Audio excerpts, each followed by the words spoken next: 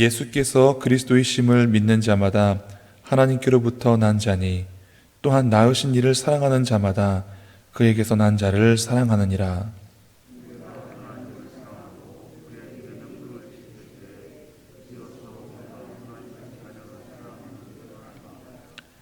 하나님을 사랑하는 것은 이것이니 우리가 그의 계명들을 지키는 것이라. 그의 계명들은 무거운 것이 아니로다.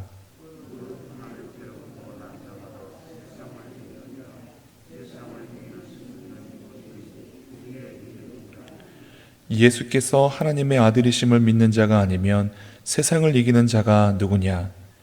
이는 물과 피로 임하신 이시니 곧 예수 그리스도시라. 물로만 아니요 물과 피로 임하셨고 증언하는 이는 성령이시니 성령은 진리니라. 아멘. 어제 일본에서 올림픽이 개최가 되었습니다.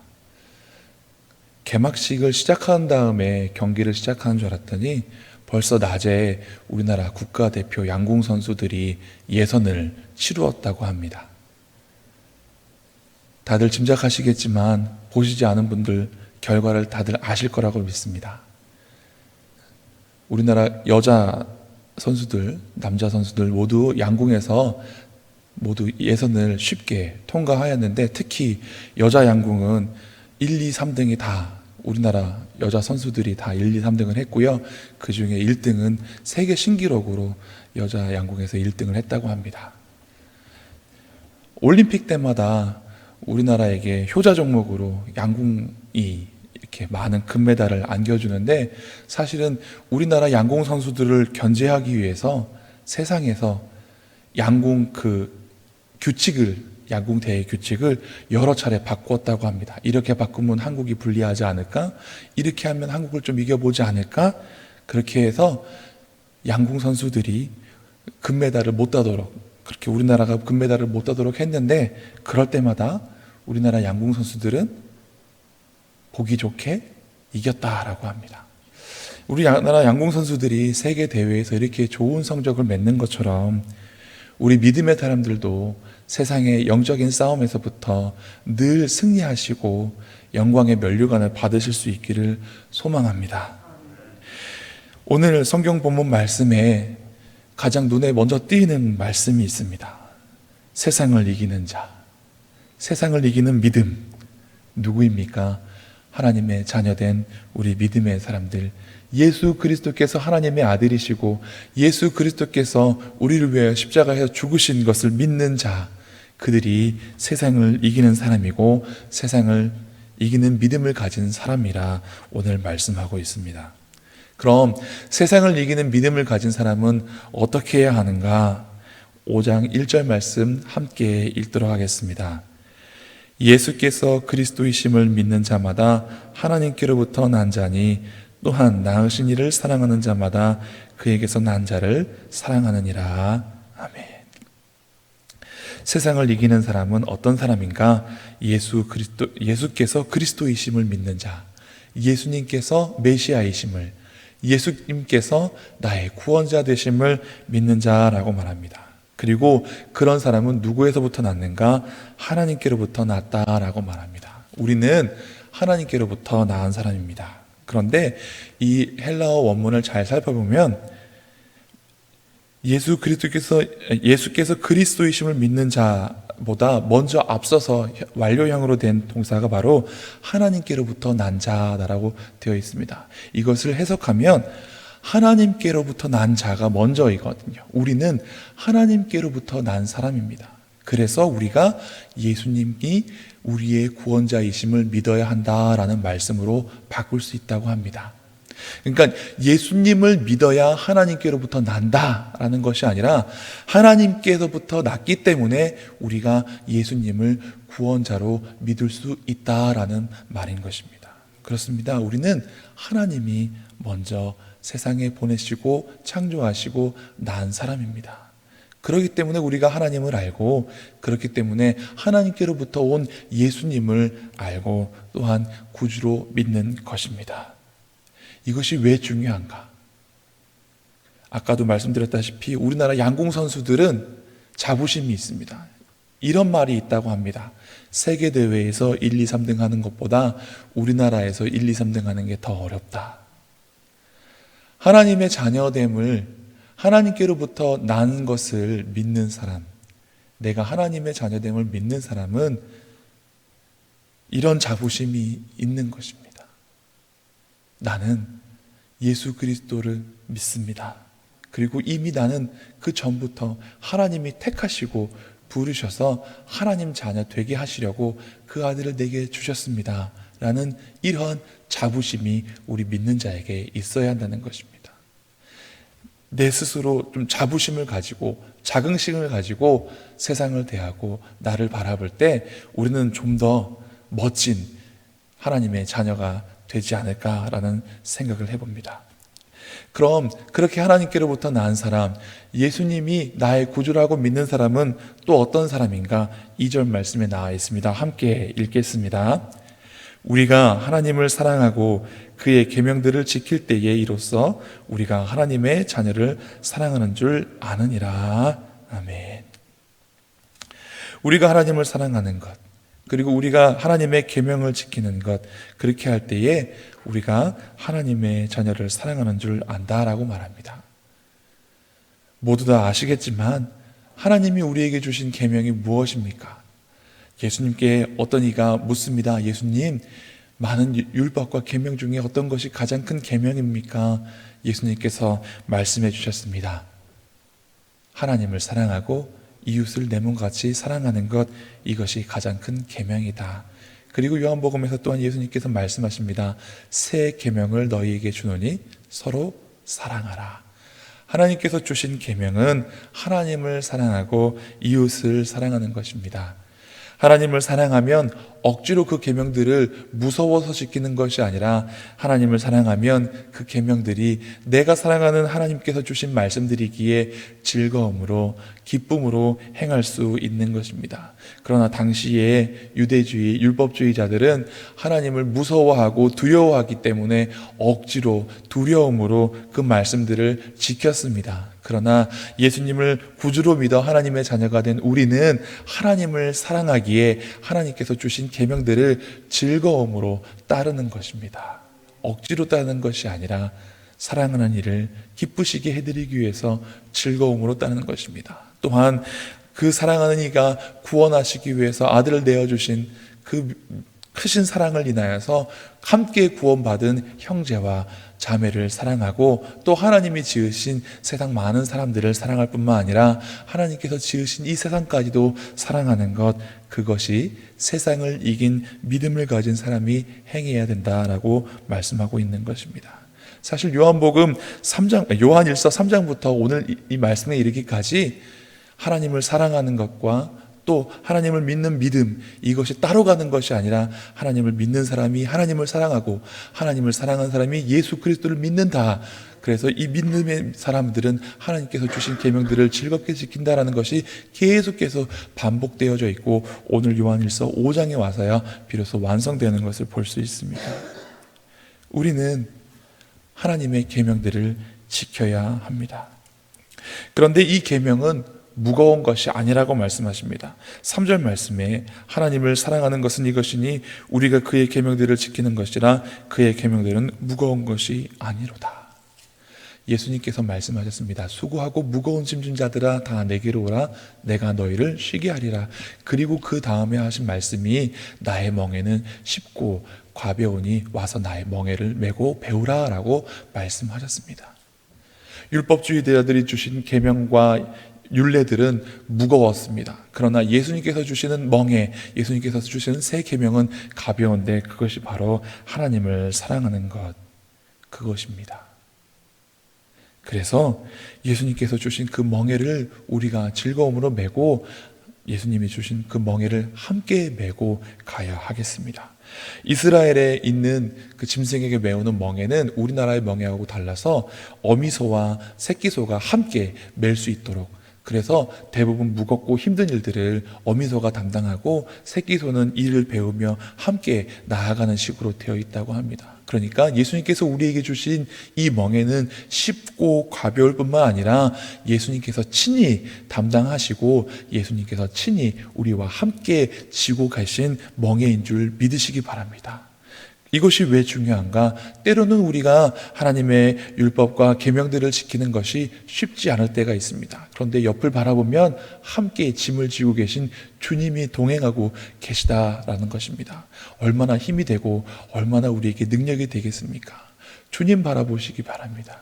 우리 주님은 우리에게 멍에만 메어주시고 옆에서 바라보시는 분이 아니라 우리와 함께 멍에를 메실 뿐만 아니라 우리보다 더 무거운 짐을 지시고 우리와 함께 동행하시는 주님이시기 때문에 그렇습니다. 운동선수들이 경기를 위하여서 많은 훈련과 땀을 흘립니다. 그런데 혼자서 훈련한다고 생각해 보십시오. 얼마나 힘들겠습니까? 옆에 함께 땀 흘리는 동료가 있을 때 경쟁도 되고 위로도 되고 힘도 되는 것입니다. 그래서 우리가 먼저는 함께 멍에를 이 계명들을 지고 가시는 예수님 바라보시길 바라고, 또한 함께 이 멍에를 메고 영적인 훈련을 받는 동역자인 성도님들을 바라보면서 믿음의 이 경주를 나아가야 한다고 믿습니다. 이때 당시 그리스도인은 많은 핍박을 받았습니다. 정치적으로는 로마의 압제를 받았습니다. 그래서 많은 이들이 사자의 밥이 되기도 하고 투기장에 끌려가서 조롱을 당하기도 하고 화형을 당하기도 하였습니다. 또 유대인들에게는 이단이라는 가르침을 받아서 핍박을 받았습니다. 거기에다가 영지주의자들이나 다른 이단들이 일어나서 예수님이 육신으로 이 땅에 오신 것을 부정하는 자들의 영적인 공격을 받아야 했습니다. 그래서 오늘 우리 말씀에 6절에 이는 물과 피로 임하신 이시니 곧 예수 그리스도시라 물로만 아니요 물과 피로 임하셨고 증언하는 이는 성령이시니 성령은 진리리라 라는 이 말씀이 그때 당시에 영지주의자들의 영적인 공격 때문에 생긴 말씀이라고 주석을 보니 그렇게 나와 있습니다. 무슨 말씀이냐면 어떻게 하나님이 천하게 사람의 몸을 입고 이 땅에 올 수 있어? 라고 생각하는 영지주의자들이 있었습니다. 그래서 그들은 예수님께서 세례요한에게 세례를 받으실 때 예수님이라는 사람에게 영적인 하늘에 예수님이 임하셨다가 십자가를 지시고 죽기 바로 일보 직전에 하늘에 다시 돌아가셨다라고 그렇게 잘못된 가르침을 가르치는 영지주의자들이 있었는데, 그것이 아니라 예수님은 육신으로 동정녀 마리아에게서 나셨고 육신을 입으시고 그 십자가 고난을 친히 다 담당하신 하나님의 아들이십니다 라는 것을 가르쳐주기 위해서 여기에 기록된 본문이라고 해석하는 이들이 있습니다.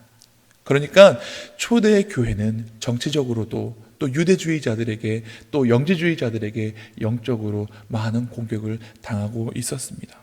그래서 예수님을 믿는 사람이 세상을 이기는 믿음은 이때 당시에 기독교인들에게 굉장히 중요한 믿음이었습니다.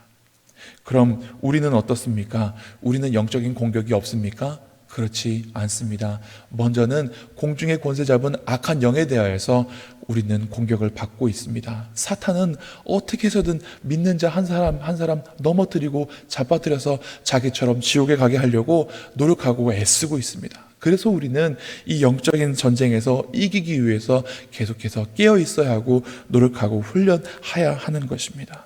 또한 우리는 세상에 대해서도 공격을 받고 있습니다. 특히나 저희 청년들 중에 이런 말을 듣는 사람들이 있다고 합니다. 예배에 나오려고 하면 이 코로나 시국에 그렇게까지 하면서 너 신앙생활 지켜야 하느냐? 너만 그렇게 예수님 잘 믿느냐? 너 때문에 우리가 힘들면 어떻게 하느냐? 라는 그런 주변의 말과 시선들이 있어서 교회에 나오는 것이 어렵다라고 저에게 고백하는 형제가 있었습니다. 실제로 그렇습니다. 모두가 힘든데 특히 예수 믿는 사람들이 그렇게까지 하면서 예수 믿어야겠느냐고 공격받고 있는 세상이 되지 않았나라는 생각을 해봅니다. 또 우리 예수님 믿는 사람들에 대한 그런 기대치가 있는지, 우리가 조금만 잘못해도 조금만 실수해도 예수님 믿는 사람이 어떻게 그럴 수 있냐면서 공격을 합니다. 그래서 우리는 예수님 믿는 사람으로서 흠집 당하지 않도록 늘 깨어 있어야 하고 스스로를 돌아봐야 되고 하나님 꼭 붙잡고 있어야 하는 줄 믿습니다. 세상에 대해서 공격만 받는 것이 아니라 나 자신과의 싸움도 있습니다. 어떻게 하면 좀 편하게 신앙생활 할 수 있을까? 어떻게 하면 좀 덜 봉사할 수 있을까? 좀 어떻게 좀 신앙생활 게으르게 할 수 있을까? 이런 생각이 계속해서 내 안에 듭니다. 예배 안 나가면 편하죠. 저녁에 나와서 기도하지 않으면 편하죠.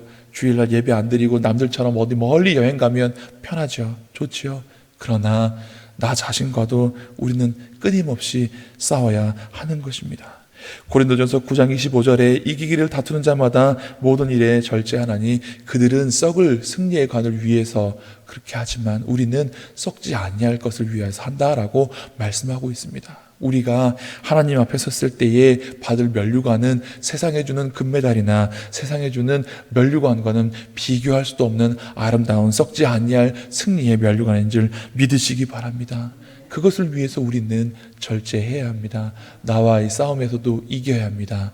자고 싶지만 깨어서 기도해야 되고, 앉고 싶지만 어디 놀러 가고 싶지만 아버지 앞에 나와서 예배해야 되고, 또 세상을 바라볼 때 우리도 적당히 신앙생활 하면 좋겠다라고 하겠지만 이럴 때일수록 더 열심히 영적으로 땀 흘리며 눈물로써 씨를 뿌리는 자들이 되어야 한다는 것입니다.